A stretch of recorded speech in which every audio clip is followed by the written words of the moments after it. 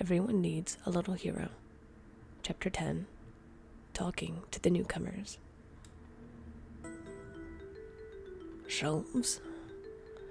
Hero crossed his fingers and tried to maintain his demeanor, even though he was rapidly reaching panic levels inside. You weren't out, were you? Hero wondered if this was a test. What? Me? No. I was up top, he replied quickly, hoping to diffuse the tension in the room. Also, technically, it wasn't a total lie. He was on top of the bookshelf. There was another tense moment before Casper nodded. Good. You should always be careful when going out. Did you make sure no humans were nearby? You know the rules. Do not be seen by the humans. It's dangerous and would put everyone here in danger. Hero felt the all-too-familiar pang of guilt at his father's words. Thankfully, his mother interjected before Hero was questioned further. Now, Casper, don't scare him. He knows the borrower rules, said his mother soothingly. And we have guests. You're right, muttered his father, who immediately looked back at Hero, which took the teen off guard. What were you doing looking at the shelves anyway? Hero scrambled mentally for an answer. I was trying to figure out if there was a safer way to get down, since there are a lot of building supplies. Remember? It would be hard to borrow anything there since the baseboard isn't loose, replied Hero. Again, it wasn't a total lie. Sam did have a lot of great building supplies like popsicle sticks and glue that they could use to widen some of the old staircases. His father seemed content with the answer, but Hero couldn't help but notice the curious look in the oldest stranger's eyes. It was there for only a moment, but Hero still felt uneasy around these three new strangers. He was about to go and sit when one of the strangers, the one who looked like the youngest of the three, stepped up to Hero. He looked a little older than himself, but there was an adventurous gleam in his eyes that enticed the young hero. Shelves, quick descent, then you and I need to talk, said the new boy. Nice to meet you, Hero. I'm Ray. I'm also something of an inventor, a modern-day MacGyver. Hero wasn't sure what a MacGyver was, but the confidence coming off of Ray was reassuring and enticing. Really? Asked Hero. You two can talk later. Come on and get it while it's hot, said his mother, setting down their lunch on the table. They all sat down, Ray making sure he grabbed a seat next to Hero, as they all began to eat and talk amongst themselves. For the most part, Hero listened to their father and the oldest talk about where they were from. It wasn't until his father mentioned about the best time to go out borrowing, as well as their strict family rules about following the borrower rules to the letter, that Ray piped up, injecting himself into the conversation. To the letter? What do you mean? Asked Ray. The tension was almost tangible with Ray's sudden question. Well, young man, said Hero's father. Hero already knew where the conversation was going. Blah, blah, blah, don't talk to the people, dangerous and bad and everything else in the world. He listened as his mother chimed in as well, saying with pride that no rafters had ever been seen by a human before. It made Hero feel nauseous. If only they would give humans a chance. They weren't bad. He didn't like keeping a secret from the family, but he knew there was no way to let them see his point of view without getting into a massive fight. Really? Asked Ray, sounding disbelieving of the proud statement of his mother. This caught Hero's attention, as well as the extreme focus of everyone else in the room. Of course, said Atlas, Hero's oldest brother. Besides, there would be tremendous panic if someone were seen. Can you imagine everyone in the building trying to leave all at once to escape before the floorboards went up? That's right. I can't recall any time when this many of us lived together and were undetected, agreed Hero's father. Again, another pang of guilt hit Hero in the gut. Needless to say, if you think you were seen or that something is off about one of the humans' behavior, just let us know. Since we were the first family here, we take personal responsibility for everyone's safety. Hero watched as the eldest nodded in agreement, but noticed how Ray was a little more quiet after this statement. Everyone stood up so they could clear the table and go about their day when the eldest spoke up. If you don't mind, could I have a word with you? Possibly in someplace private? Asked the eldest. Hiro noticed Ray and his brother tense slightly. He wondered why, as their parents and the oldest left the room to go to the back bedroom. So, Dorian, what kind of things do you like to do? Asked Tyron, striking up conversation with the other borrower. Well, I like playing games if we can get our hands on them. There's a maze puzzle with one of those little metal balls that I can do with my eyes closed, said Dorian. Neat. I have a couple of those too. Humans lose them so easily under dressers. We really should set up a room on one of the unused floors for games, said Tyron. That would be awesome. You have that many? Yeah, my friends and I do, said Tyron. What else do you like? Well, never mind, said Dorian, shying away from the question.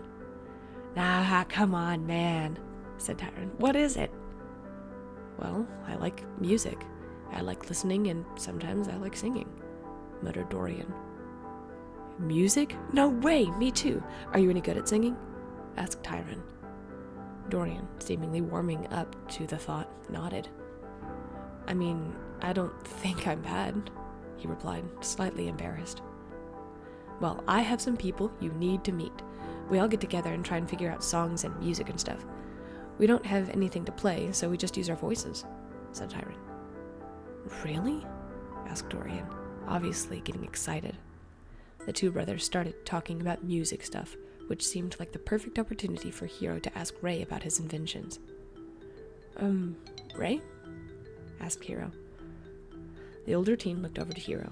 There was something in his eyes that seemed, for lack of a better word, guarded and frustrated. Was it a bad idea asking him about it now? Only one way to find out. What kind of inventions have you made? Ray's face relaxed and a smile took tension's place. I have a lot of them, said Ray. There's this one that helps mark trails that you've been on before. It's really simple, and you usually just need a little chalk or pastel crayon things. I also have one that helps reel in a line. It has a lever on it so you can pull in a lot of line all at once. I'm working on it so I can run it on a battery, but it's a bit slow at the moment. I also have one that holds your place on a line if you have to climb up a far distance. Best thing about that one is that you can use it for a slow descent and then hold yourself on the line. Except that one doesn't work, chimed in Dorian teasingly. Ray wrinkled his nose at his brother before looking back at Hiro, who was absolutely entranced with all of these ideas. I have a couple of bugs with it for the moment, but I'll get it going soon. I probably just need to get some stronger paper clips and maybe some hot glue or something on each side to help pinch the line, said Ray. Hot glue? Asked Atlas as he finished cleaning up the foil and washing it in the basin. How are you going to get hot glue? What's the difference between that and normal glue? Well, hot glue uses this special device to melt it down using these long glue strips. It makes a lot of cool designs if you just let it melt, replied Ray. Okay, I still don't see a major difference though, muttered Atlas as he leaned against the back of one of the chairs. Well, there is a difference. One is more like a rubber, and the other one tears unless you're using it for paper. It doesn't do well on paper clips, believe me, said Ray. Spend a lot of time observing humans? Or have you had a chance to use this weird hot glue thing? Asked Atlas. I've had a chance to use it a couple times. The human, left it plugged into the wall, so I just darted out and got a little to experiment with, said Ray. You just ran out and got some while the human was still there? Asked Atlas. No, she was out of the room, and she didn't notice, countered Ray. Atlas seemed a little uneasy as he folded his hands. Seems like an unnecessary risk to me, he muttered. Hiro thought his brother might say something like that. It's exactly what everyone said to him on the rare occasion Hiro talked about humans. What he heard next, though, surprised him in a pleasant way. I don't think it was unnecessary. Humans take risks all of the time to experiment. It's how they have so many cool inventions and contraptions. It's where I get all of my ideas, either from observing or the things they're watching, said Ray. Hiro couldn't believe what he was hearing. Someone else who admired humans for their work? You can't be serious, chimed in Callie from the couch nearby. Humans leave so much behind. They're wasteful and clumsy at best. They use everything they can for their size. There are bits and pieces that even we can't use sometimes. You can't ignore all of the things that they've accomplished just because you're afraid, argued Ray. There was a tense silence that followed Ray's comment. I'm just saying that we can learn a lot from humans. They have a lot of ideas and invent things too. Right at this point, the oldest of the three stepped out of the back bedroom, heard Ray's statement, and stepped up to the table to grasp Ray's shoulders in his hands. Hey, what's going on? Asked the oldest. Atlas gave the two of them suspicious glances, something Hiro noted specifically, before Atlas spoke. Ray here was just saying that we could learn things by observing humans. Says some of his inventions came from things he's seen in apartments or things the humans watch, said Atlas. Upon hearing this, the oldest started to chuckle. Ray, you come up with some of the craziest ideas, he said. Ray looked like he wanted to say something but closed his mouth and looked away instead. I'll say, muttered Callie. She stood, stretched, and started to walk toward her room. Atlas, I'm going out again. I forgot to grab a block of gum. Do you really need it? Asked Atlas. The look in Hiro's oldest sister's eyes said it all. All right. Do you want some company? Better in pairs. Wouldn't have it any other way. It was nice to meet you three. Mom, Dad, we'll be back in a bit, said Callie. She and Atlas grabbed their borrowing gear, while Hiro watched his parents emerge from their bedroom. Actually, hold on for a minute. We have something important to talk about, said their father. It won't take long, reassured their mother. It was lovely meeting you. Don't be strangers, and if you need anything, help or otherwise, you just let us know. Yes, ma'am. Thank you, said the eldest. Dorian, we'll have to get together sometime soon. I'll introduce you to them. If you're half as good as you say, you'll be the star of the show, said Tyron. Looking forward to it. 3 days? Asked Dorian. 3 days, confirmed Tyron. They bumped fists as the three borrowers headed toward the door. Ray gave Hiro a half-hearted wave, something obviously bothering him, before he muttered something under his breath to the oldest of the three. The moment they left, their parents turned toward their children, a solemn and worried look knitting their brows. Mom? Dad? What's wrong? Asked Atlas. Callie and Tyron both looked to their parents curiously. Personally, Hiro's curiosity was stretched to its limits. There was something different about these three. Something also told him they were about to find out what it was from their parents. The parents both gave a nervous sigh as they looked at one another.